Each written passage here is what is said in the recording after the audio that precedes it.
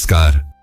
आज इस शांत मधुर रात में हम श्री कृष्ण के जीवन की कुछ अमूल्य शिक्षाएं अपने हृदय में उतारने वाले हैं। श्री कृष्ण एक ही रूप में अनेक रंग, कभी नटखट बालक, कभी माखन चोर, कभी गोपियों का प्रिय, कभी रणभूमि के सारथी, कभी सखा और कभी स्वयं ईश्वर का प्रकट रूप। उनके संपूर्ण जीवन से एक संदेश बार बार झलकता है, हर कर्म करते रहो पर फल की आस मत रखो। कुरुक्षेत्र की रणभूमि में जब अर्जुन के मन में संशय का अंधेरा छाया, तब श्री कृष्ण ने कहा था, कर्मण्येवाधिकारस्ते मां फलेषु कदाचन, अर्थात तुझे केवल कर्म करने का अधिकार है, ही फल की चिंता मत कर। यह बात कितनी साधारण लगती है, पर इसमें जीवन का गहरा सत्य छुपा है। हम रोज परिणामों की, सफलता असफलता की चिंता करते हैं, पर कृष्ण कहते हैं, तू अपना कर्तव्य पूरी निष्ठा से कर, बाकी सब मुझ पर छोड़ दे। श्री कृष्ण का दूसरा अद्भुत गुण निर्लिप्तता। गोकुल में माटी खाते समय भी वही आनंद और दुर्योधन की सभा में अपमान झेलते समय भी वही शांति।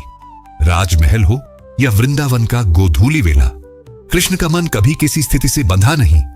वे सिखाते हैं, जैसी भी परिस्थिति हो, अंतर्मन शांत रहना चाहिए, मन को कहीं भी जकड़ने मत दो। एक और सुंदर बात, शुद्ध निश्चल प्रेम और मित्रता। सुदामा की कथा कौन भूल सकता है। वर्षों बाद आया वह गरीब ब्राह्मण, पर श्री कृष्ण ने उसका स्वागत ऐसे किया जैसे वह कोई राजा हो। कृष्ण कहते हैं, जहां सच्ची मित्रता होती है वहां न अपेक्षा होती है न स्वार्थ, केवल प्रेम होता है। शायद आज रात तुम्हारे दिल में किसी भूले बिसरे मित्र की याद आई हो। उसे क्षमा करो, मुक्त करो, प्रेम दो। श्री कृष्ण ने यह भी सिखाया, संकटों में भी धैर्य कैसे रखा जाता है। बाल्यकाल में ही कंस जैसे राक्षस का सामना किया, महाभारत जैसे भीषण युद्ध में भी न डरे न पीछे हटे। वे बताते हैं, चाहे कितनी भी मुश्किल घड़ी क्यों ना आए, घबराओ मत, डटे रहो। तुम्हारा साहस ही तुम्हारी असली ताकत है। और अंत में सत्य और धर्म का पालन। कृष्ण ने हमेशा धर्म का मार्ग चुना। कई बार यह मार्ग कठिन था, कांटों भरा, पर उन्होंने कभी भी असत्य का साथ नहीं दिया। कभी कभी युक्ति भी अपनाई, क्योंकि धर्म की रक्षा ही सबसे बड़ा कर्तव्य है।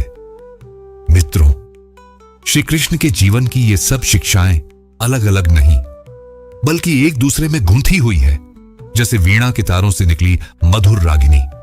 यही है श्री कृष्ण का संदेश, यही है शाश्वत शांति का मार्ग। आज की यह रात इन विचारों से मधुर हो जाएगी, मन हल्का होगा, नींद गहरी आएगी और सुबह नई ऊर्जा से भरी होगी।